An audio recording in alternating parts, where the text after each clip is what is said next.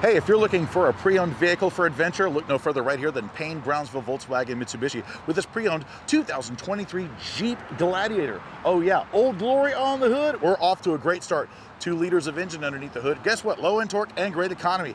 18-inch alloy wheels wrapped in Duelers. Oh yeah, those are Bridgestone tires. We got our side steps here. We have our leather on the inside, console shift, 4-wheel drive shift, 4 auxiliaries right here for other lights and stuff you can add on. We have our connectivity, 12 volts of power, our radio stack here, and we also have, look at that, we got navigation on the Uconnect. Yes, we do. Let's view that map. There she is right there. Traditional gauge cluster, leather wrapped steering wheel, and the big floor mats. Of course, we can take the color matching top and go topless. Oh yeah, more of the big mats in the back, seating for 5, should have a console right here. Yes, or armrest, I'd say.